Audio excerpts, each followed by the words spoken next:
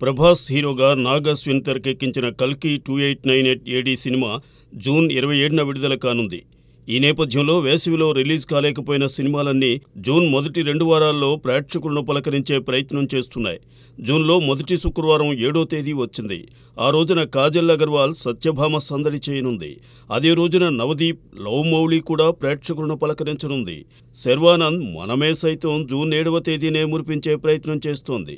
ఎప్పుడో విడుదల కావలసిన పాయల్ రాజ్పుత్ రక్షణ కూడా జూన్ 7వ తేదీనే టార్గెట్ చేసింది.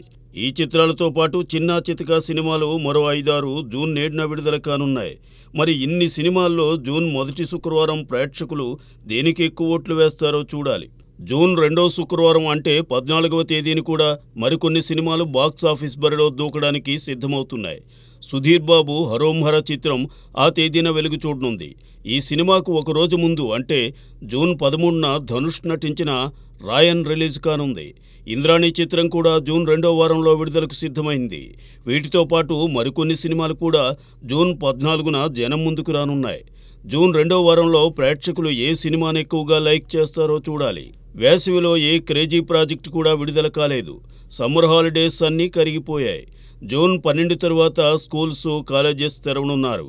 మరి పిల్లలు థియేటర్లకు వచ్చి ఏ సినిమాను చూస్తారో తెలియడం లేదు. ఈ సినిమాల పరిస్థితి ఏమవుతుందో చూడాలి.